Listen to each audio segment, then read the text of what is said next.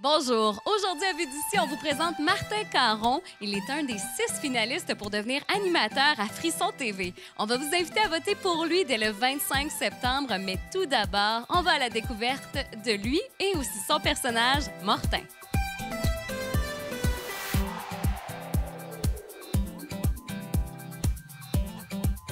Avec Martin Caron, ça va bien? Très bien. Merci toi-même, Chloé. Bien sûr, on va parler d'un sujet assez particulier, l'horreur aujourd'hui, parce que c'est un univers qui t'a toujours passionné. Combien de films d'horreur t'as vu dans ta vie? En fait, je suis assez maniaque pour les noter scrupuleusement dans une liste que je tiens à jour depuis ma tendre enfance. Alors, je peux vous confirmer qu'en date d'aujourd'hui, j'ai vu 1541 films d'épouvante, très exactement. Ça n'a pas de bon sens. Est-ce que tu es capable de me nommer un film que tu n'as pas vu, que tu as comme sur ta liste à voir prochainement? Oui, parce que ça peut paraître étrange, mais il y en a plein de films que j'ai pas eu la chance de voir, des films qui sont rares, difficiles à trouver, des films étrangers souvent ou des films très, très âgés, des films muets ou des films des années 20, des années 30 sont difficiles à trouver encore aujourd'hui. Fait que oui, je pourrais t'en nommer 4, 5, 10 même des films que j'ai jamais vus puis que j'aimerais vraiment voir. Et j'espère qu'un jour, ils vont passer à Frisson TV, ces films-là. Oui, justement, ta blonde t'a abonné à Frisson TV sans se douter du privilège que peut-être elle va t'offrir prochainement. On va en parler dans quelques secondes. Mais comment ça a changé ta vie d'être abonné à Frisson TV, qui est une chaîne spécialisée? En fait, ça l'a changé de deux façons. La première, c'est que ça m'a permis de voir des films qui n'étaient pas disponibles au Québec commercialement, n'étaient pas distribués commercialement. Donc, on les retrouvait pas ni en club vidéo, mais on les trouvait pas non plus en streaming. Donc, des films très difficiles à acquérir. Et là, Frisson TV les diffuse, ces films-là. Alors ça a changé ma vie. Ça m'a permis de voir des films que j'avais entendu parler pendant des années, où j'avais lu sur ces films-là dans des livres spécialisés. Maintenant, je les vois. C'est extraordinaire.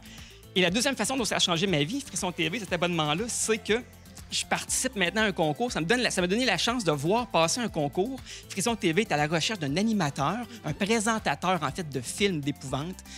On devait créer un personnage que j'ai fait pour l'occasion. Et ça m'a permis donc de passer les auditions, d'être retenu comme un des 6 finalistes. Et ça va peut-être changer ma vie parce que peut-être que je vais devenir le visage public de Frisson TV, ce que j'adorerais. Tu as rencontré les autres candidats. Vous êtes 6.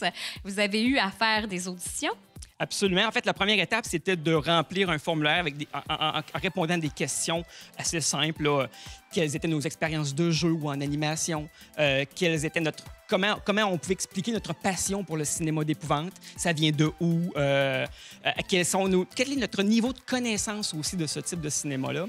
Et on devait également se filmer, donc faire une vidéo promotionnelle de notre personnage. J'ai envoyé tout ça à Frisson TV. J'ai eu la chance d'être retenu.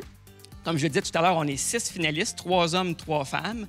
Ce sont tous des maniaques de cinéma d'épouvante à différents niveaux, je vous dirais, mais à la base, on est tous vraiment des fans de cinéma d'horreur. Vous êtes rencontrés, là? Oui, on a eu la chance de se rencontrer et ça a été une rencontre vraiment très enrichissante. Moi, j'ai rencontré là, des gens avec qui je partage une belle passion, une belle folie même, je dirais. Et ça a été vraiment plaisant de passer la journée avec eux, d'échanger avec eux sur nos films préférés, les films qu'on aime moins même. Et vous avez fait une démo aussi au cas où vous seriez retenu pour voir qu'est-ce que ça pourrait avoir l'air. Est-ce que c'était stressant pour toi ou la télévision, quand même, t'en avais jamais fait? J'ai déjà fait quelques passages à la télé, mais rien qui était si structuré. Là. Vraiment, d'animer moi-même un show télévisuel, c'était une première expérience, effectivement. Cependant, j'ai fait du théâtre, je fais de l'improvisation encore aujourd'hui, donc j'étais quand même préparé à ce type d'expérience-là. Mais oui, c'était stressant, c'est sûr, parce que là, on joue notre avenir, si tu me permets. Là. La prestation qu'on a faite devant les caméras, devant l'équipe de production, c'est là-dessus que nous allons être jugés par le public à partir du 25 septembre. Donc, qu'est-ce qu'on va voir le 25 sur Frisson TV? Alors, le 25 à 21h, ce sera l'émission Animateur recherché qui va être diffusée en direct. Là, ça va être la première de l'émission. Je serai à Montréal avec l'équipe de production et les autres candidats également pour regarder cette émission-là pour la première fois. En fait, nous, on ne s'est encore jamais vu. Là. On n'a pas eu la chance de voir notre prestation. Je n'ai pas vu celle des autres non plus.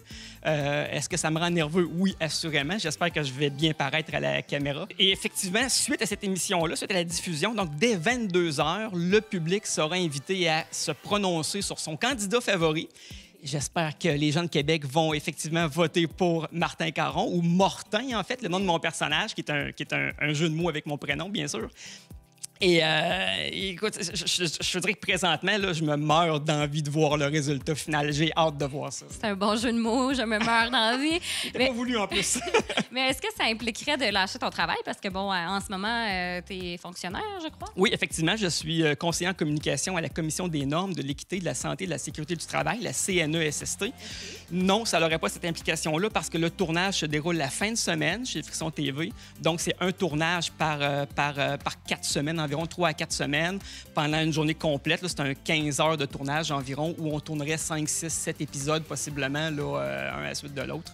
Donc, ça m'éviterait d'avoir à, évidemment, sacrifier mon travail de tous les jours que j'apprécie, ceci étant dit, puis que je ne voudrais pas perdre non plus. Puis ce serait une façon de jumeler une passion, justement, pour l'horreur, pour les films, pour l'animation. Tu l'as dit, tu es un passionné d'improvisation, tu as fait du théâtre aussi. Donc, pour toi, qu'est-ce que ça représente? Qu'est-ce que ce serait comme consécration pour toi? Écoute, honnêtement, c'est comme le rêve ultime pour moi, là. Toute ma vie, j'ai rêvé de travailler dans le domaine de l'épouvante. D'ailleurs, à titre personnel, j'ai une micro-entreprise là, dans laquelle, avec ma conjointe, on publie un jeu de rôle d'horreur. Ce jeu-là est en vente présentement, surtout sur le marché américain et sur le marché français aussi. Donc, on a cette entreprise-là déjà qui est dans le domaine de l'épouvante. En plus de ça, comme tu l'as dit, j'ai ma passion pour le jeu. J'ai fondé une ligue d'improvisation à Québec en 2013 qui fonctionne encore toujours très bien aujourd'hui en 2019. Je suis capitaine d'une équipe d'ailleurs. Et là, imagine, fait que là, j'ai un croisement de 2 routes, hein, ma passion pour le jeu puis ma passion pour l'épouvante. Et ce croisement-là, c'est le poste d'animateur à Frisson TV. Puis là, j'aimerais ça rencontrer Mortin. Est-ce que c'est possible? Écoute, Mortin, je pense qu'il se meurt, encore une fois, d'envie de rencontrer Chloé, de parler aux spectateurs, aux téléspectateurs de CCA. Génial. On va à sa rencontre. Merci, bonne chance. Écoute, merci encore, Chloé. Merci à tout le monde.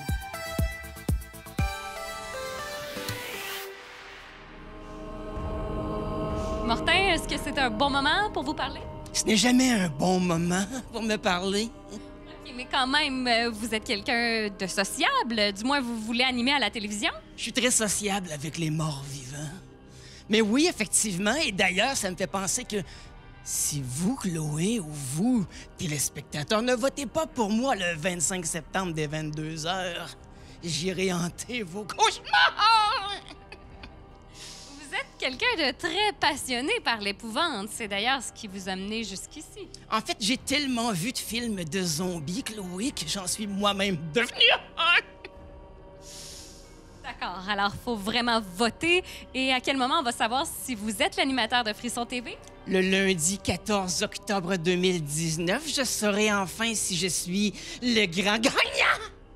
On va vous laisser aller dévorer ceux qui n'ont pas voté pour vous.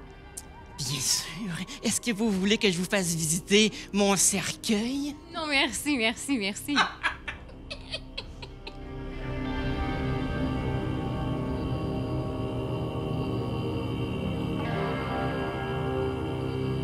Je vous conseille donc fortement de voter pour Martin Caron dès le 25 septembre sur frissontv.com, en espérant que Mortin ne vous fasse pas faire de cauchemars ce soir.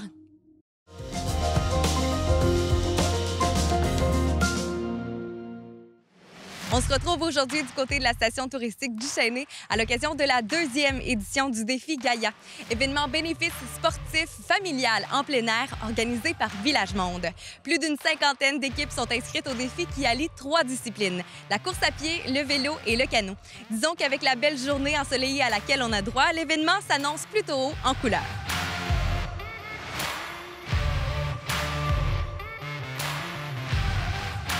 L'événement d'aujourd'hui, c'est donc effectivement le défi Gaïa, une course en équipe qui fait canot, vélo et course à pied. Et c'est un défi qui comporte également une levée de fonds. Donc, tous les participants nous aident à réaliser notre mission. Alors, Village Monde, qu'est-ce que c'est? Village Monde, on est une fondation de Québec. On appuie maintenant 600 communautés éloignées dans 50 pays. Beaucoup de ces petites communautés sont des perles rares en termes de tourisme, de voyage, d'accueil, mais elles ne sont pas connues, elles n'ont pas accès au marché des voyageurs. Donc nous, ce qu'on fait, c'est qu'on les appuie de manière à leur permettre de développer leur propre économie.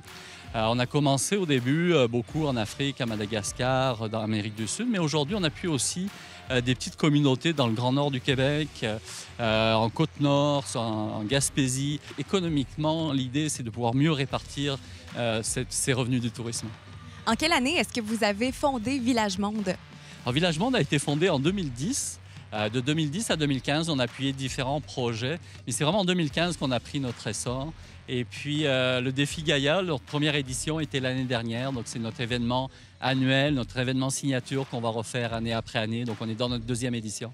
Aujourd'hui, les participants avaient un défi à relever avant de participer au Grand Défi Gaïa, c'était d'amasser des fonds. À quoi est-ce que ces fonds qu'ils ont amassés vont servir? Donc nous, ce qu'on fait avec ces fonds, c'est qu'ensuite, on met des fonds en plus côté Village Monde, mais on va appuyer les initiatives qu'on a dans ces pays. Donc, une équipe qui va soutenir, mettons, Madagascar ou le Kirghizistan ou le Pérou, bien, ces fonds vont vraiment servir directement aux communautés qu'on appuie dans ces pays-là. Combien est-ce que vous avez d'équipes aujourd'hui qui viennent relever le Défi Gaïa? Alors, on a plus de 50 équipes. On est très fiers cette année. Donc, on a 53 équipes, 167 participants. Qui vous appuie dans ce beau défi-là? Alors évidemment, on ne pourrait pas faire ce beau défi sans l'appui de nos commanditaires, de nos partenaires. On a Desjardins, on a Norton Rose, on a le secrétariat de la capitale nationale, tourisme de la Jacques-Cartier. Je vais sûrement en oublier, mais on remercie vraiment tous nos partenaires. Puis évidemment, il y a aussi des entreprises qui sont là comme participants. Norton Rose, DG3, Léonard. Donc, on a tout un volet corporatif de participants là, qui nous aident à réaliser un beau défi. Encore une fois, cette année, c'est Mylène Paquette qui est porte-parole / ambassadrice de votre beau défi Gaïa. Pourquoi est-ce que vous avez décidé de vous associer encore une fois cette année avec elle? Bien, Mylène, c'est quelqu'un de très inspirant. Elle a traversé l'Atlantique à la rame. C'est la première nord-américaine à avoir fait donc, de l'Amérique du Nord vers la France.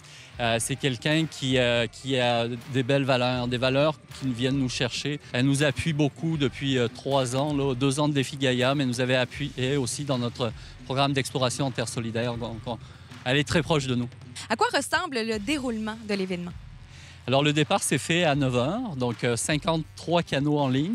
C'était fantastique. On a pu faire des belles images de drones. Et ensuite, donc, il y a 6 km de canaux. Quand ils ont eu fini le canot, ils sont partis à la course, récupérer leur vélo pour une boucle de 16 km de vélo. Les premiers vélos ne sont encore pas rentrés. Une fois que c'est fini au niveau du vélo, ils ramènent le vélo au site central et ils partent pour 8 km de course à pied en sentier. Lors de la première édition du Défi Gaïa, vous avez remis plus de 15 000 $ à 17 pays total. À quoi est-ce qu'on peut s'attendre là, pour l'édition 2019? Alors, la levée de fonds n'est pas 100% finie. On s'attend à être autour de 20 000 $. Donc, le nombre de pays, on va être autour de 22 parce qu'on a plus de pays maintenant qu'on appuie. Donc, un très beau succès pour cette deuxième édition. En tant que fondateur du Défi Gaïa et de Village Monde, de quoi est-ce que vous êtes le plus fier? Mais moi, ce que je suis le plus fier, c'est vraiment les participants, ceux qui nous ont appuyés, les commanditaires, les partenaires. Parce que honnêtement, on se sent des fois très seul. La solidarité internationale, il y a beaucoup de choses à faire, c'est infini. Puis quand on a du monde qui nous appuie, bien, ça nous donne de l'énergie. Et de voir ce matin au briefing, c'est 160 personnes, sans compter les bénévoles. Il y avait à peu près 220, 250 personnes au briefing. Bien, c'est toute l'énergie qu'on a pour une année d'efforts pour travailler. Donc, c'était fantastique. Justement, pour qu'un bel événement comme celui-ci fonctionne, ça prend des gens pour nous appuyer. Combien de bénévoles est-ce que vous comptez lors de l'événement Défi Gaïa? Alors, on a une belle armée de bénévoles. On a même fermé à un moment donné parce qu'on commençait à en avoir trop, mais on a plus de 50 bénévoles qui sont venus aujourd'hui. On remercie vraiment parce que sans les bénévoles, c'est pareil, c'est pas quelque chose qu'on aurait été capable de faire. Est-ce que c'est possible de donner tout au long de l'année à Village Monde pour justement redonner aux communautés? Tout à fait. Si vous allez sur le site villagemonde.com, il y a un formulaire de don. Il est actif à l'année longue. Puis venez participer l'année prochaine, ça va être encore mieux. Quelles sont les nouveautés que vous avez apportées cette année? Et cette année, on a un volet jeunesse pour les 13-17 ans qu'on a ajouté justement pour motiver les jeunes à faire du sport, puis aussi pour les sensibiliser eux aussi au tourisme durable, puisque la jeunesse, c'est les prochains adultes. Aussi, on a mis de l'avant notre volet corporatif qui était déjà mis de l'avant l'année dernière, mais on a essayé de mettre plus d'énergie là-dessus, puis on a vraiment beaucoup d'équipes justement qui se sont inscrites en équipe de travail. Donc, c'est une belle activité de team building. Puis aussi, cette année, on a des sports en démonstration. On va avoir du paddleboard, une démonstration de slackline. Puis on a des kiosques d'exposants, des producteurs locaux. Qu'est-ce que vous pensez de l'initiative de Village Monde, mais surtout du défi Gaïa? Bien, moi, je trouve que c'est une très belle initiative. Village Monde, étant aussi dans ma profession, puis un petit peu l'intérêt général, on voyage beaucoup, puis c'est vrai qu'on a tendance à des fois pas sortir des sentiers battus. Je trouve que c'est une très belle initiative d'inciter les communautés au tourisme. Pour quel pays est-ce que vous avez travaillé fort pour ramasser de l'argent? Cette année, on est pour le Kyrgyzstan et le Guatemala. Et combien d'argent est-ce que vous avez amassé jusqu'à maintenant? Nous, en fait, on a bâti 2 équipes, une équipe masculine et une équipe féminine. Chacune des équipes a amassé 600 $.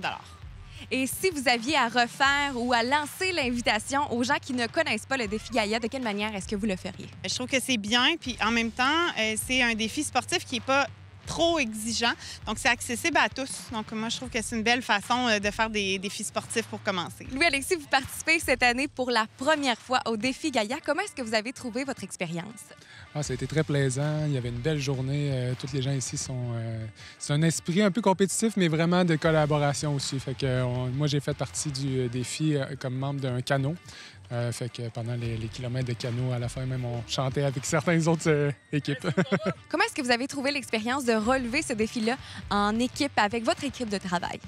C'était vraiment très plaisant. Ça nous a permis de faire un peu de team building. On a participé aussi dans la compagnie à faire une petite levée de fonds pour participer. Donc, ça a raffermi nos liens. Puis, c'est tout le temps le fun d'avoir un petit but à atteindre pour s'entraîner un peu. Qu'est-ce que vous pensez de l'initiative de Village Monde? Je trouve que c'est une très bonne initiative. C'est sûr que ça peut être bien d'essayer de voir comment faire du tourisme autrement. Fait que si on peut les aider, on va être là.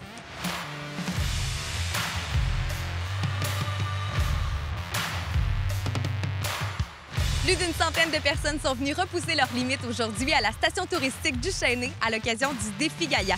Ce sont quelques milliers de dollars qui ont été amassés par les différentes équipes participantes. Village Monde remettra ces montants d'argent à des communautés d'ici et d'ailleurs. Pour plus d'informations sur la Fondation Village Monde, on vous invite à visiter leur site Internet.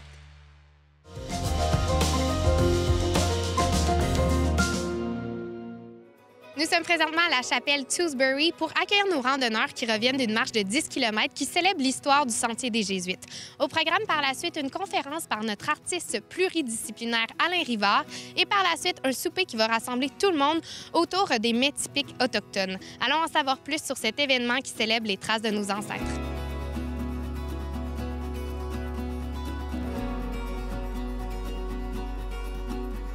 Dans le cadre de nos 20 ans d'existence à l'association, on s'est dit qu'on avait comme un peu comme mandat de faire les choses sur les traces de nos ancêtres.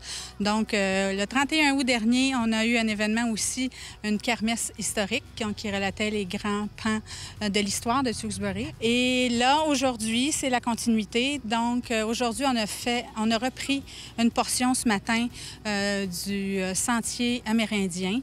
Donc, qui a passé ici. Donc, c'était un sentier qui partait de Québec et s'en allait jusqu'à Chicoutimi, Lac-Saint-Jean. Puis, le 16 novembre, bien, encore une fois, il y a une autre pièce de théâtre aussi. Donc, c'est tout ça pour souligner les 20 ans de bénévolat de toute cette belle communauté ici. De qu'est-ce qu'on a parlé ensemble, on voit que ça vous passionne. Pourquoi vraiment mettre l'accent sur la conservation de l'histoire autochtone? Bien, l'histoire autochtone, comme je vous expliquais, c'est les bases sur lesquelles de respect de l'environnement. Donc, comme vous voyez ici, ça a été des années de gens qui ont pris la peine de faire de la conservation ici et se sont battus, ne serait-ce que si vous pensez à la bataille de la Jacques-Cartier, pour ne pas que ce secteur-là soit inondé et qu'il y ait un barrage hydroélectrique. C'est la première bataille contre Hydro-Québec qui a été gagnée ici. Puis finalement, au niveau des prochaines activités qui vont être faites, il y a le 16 novembre. Est-ce qu'il y en a d'autres aussi que vous prévoyez avoir? Donc, tout au long de l'année, on a les samedis à la chapelle qu'on appelle. Donc, c'est un rendez-vous. Avant, on se rencontrait sur le parvis de l'église. Après, chaque dimanche, on essaie avec la communauté de recréer ce sentiment d'appartenance et de sortir de chez soi puis de voir si notre voisin va bien. Puis voilà. Puis, à date, les réactions de la communauté, ça ressemble à quoi? Le 31 août, quand on a fait la kermesse et on avait des photos des familles souches, qui ont vécu ici avec les petites écoles de rang. J'ai même rencontré un ancien draveur qui est encore vivant aujourd'hui. Donc, c'était passionnant. Les gens ont beaucoup, beaucoup aimé. Je pense que de se replonger dans ses racines fait que tu comprends mieux où tu t'en vas après. Donc, c'est le but là, de l'association. Donc, si on conserve ça, c'est pour les générations futures, mais il faut qu'ils comprennent de où ça vient tout ça. Puis comment consulter justement cet horaire-là de la belle programmation que vous travaillez? Donc, tout ça se fait toujours en collaboration avec la municipalité de Stoneham et Tewksbury, mais sur notre site Internet acctewksbury.com. Donc, vous pourrez consulter tout ce qui se passe chez nous et même, c'est un site transactionnel, donc vous pourrez acheter vos billets pour le prochain événement. Bien, merci beaucoup, Marc-Claude, puis on a hâte de pouvoir vivre ce bel événement que vous avez organisé. Merci infiniment d'être des nôtres.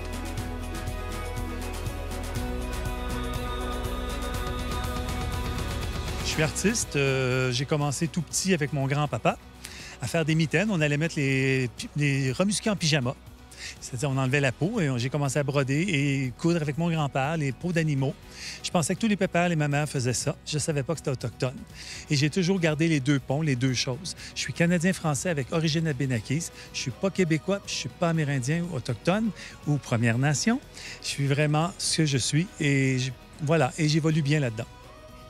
Puis aujourd'hui, vous êtes là pour donner une conférence. C'est quoi le message que vous portez? Je vais essayer de démystifier des choses. Moi, je suis consultant pour les musées, pour le gouvernement, pour essayer de replacer les petites choses, essayer de créer des ponts. Je suis artiste avant tout, donc de passer un message. C'est pas être artiste, c'est ça, d'avoir des réflexions. Mais là, je vais plutôt donner sur les mots utilisés, le deuxième discours, voir le discours de l'autre, corriger l'iconographie, toutes les images qu'on nous a passées. Pouvez-vous juste nous en parler plus dans des exemples qui sont simples de notre quotidien, des histoires préconçues qu'on avait justement, que vous êtes là dans votre travail tous les jours. C'est votre mission un peu de nous renseigner là-dessus. Pouvez-vous nous en parler un peu plus? Il y a des stéréotypes partout, ils sont juste pas les mêmes, c'est par région. Ici, c'est souvent le colonialisme, la proximité du 19e siècle, l'Autochtone dans le bois et le Canadien français dans les petits villages et tout. C'est pas carré comme ça. Les mots, le langage, on utilise des mots sans savoir ce que ça veut dire. La toponymie, il y a plein de belles toponymies, on est en train de perdre ça. C'est ces choses-là qui reviennent souvent, des images de personnages très connus. J'ai entendu tantôt un nom qui me... Pocahontas, bien sûr. Donc, ce personnage-là, j'ai beaucoup travaillé. C'est pas du tout ce qui est arrivé dans l'histoire de Disney. Cette fille-là, c'était une fille extraordinaire. C'est une fine stratège. Et il n'y a pas beaucoup de femmes autochtones qui ont passé à l'histoire. S'il vous plaît, on peut-tu pas les amener là et leur dire ce qu'ils ont vraiment dit? Puis ça fait sourire les gens et ça fait en même temps réfléchir. Moi, c'est ce que j'essaie de faire. Utiliser ces images populaires qu'on a là pour changer les choses. Si vous aviez justement un souhait, qu'est-ce que vous pensez comme pour les prochaines années qui pourrait être pertinent dans l'éducation qu'on va avoir pour pouvoir justement renseigner les gens sur ce sujet-là? J'aimerais que dans les universités, il y ait un cours comme ça sur l'histoire du Québec, mais de l'autre au Québec. L'autre au Québec est même autochtone. On voit toujours au passé, préhistoire et ensuite histoire moderne, mais il y a toute cette histoire sociale-là, cette histoire populaire-là qu'on ne parle pas. Mais j'aimerais ça. Si on veut en savoir plus sur votre travail, c'est où qu'on peut trouver des informations sur vous? J'ai une douzaine de livres déjà, collection jeunesse et anthropologique et tout, livres d'art dans toutes les librairies. Exposition L'Indien au-delà d'Hollywood, qui est au Musée des Abénaquis, à Odanak. Essence et apparat, exposition que j'ai faite dans le Vieux-Montréal sur les coiffes autochtones, les coiffes de plumes. Donc, je parle de démystifier la coiffe. Plein de petites expositions. Sylvain Rivard, Google, et vous allez voir.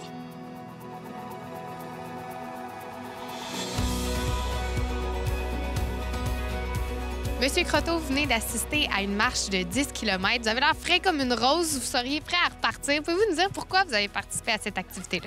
Il y a quelques années, j'avais assisté à une conférence donnée par M. Louis Lefebvre dans le parc de la Jacques-Cartier qui expliquait l'origine du sentier Innu-Montagnais ou le sentier des Jésuites.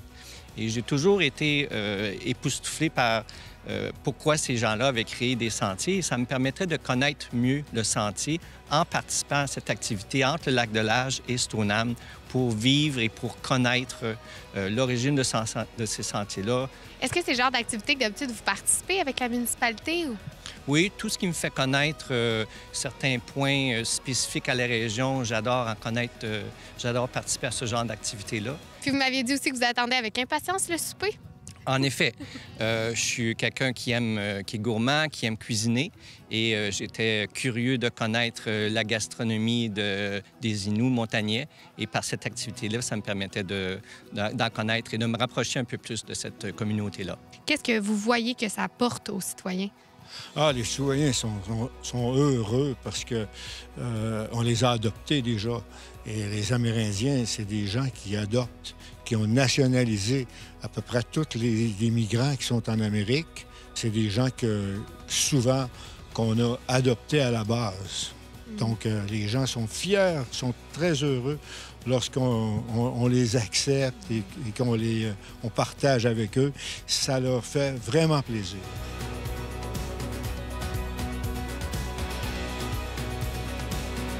C'est sous ce beau paysage d'automne que nous avons pu célébrer l'histoire de nos ancêtres, une initiative culturelle et historique rendue possible grâce à 2 MRC, dont celle de la Jacques-Cartier, un conseil et des résidents aussi. Pour plus d'informations sur la programmation, vous pouvez vous rendre sur le site de l'Association des citoyens et des citoyennes de Tewksbury.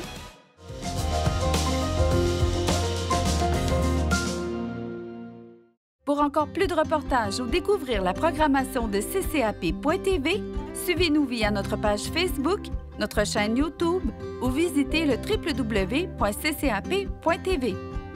Pour les abonnés de la CCAP, vous pourrez retrouver le contenu via le service de vidéo sur demande ou bien sur la plateforme CCAP Go.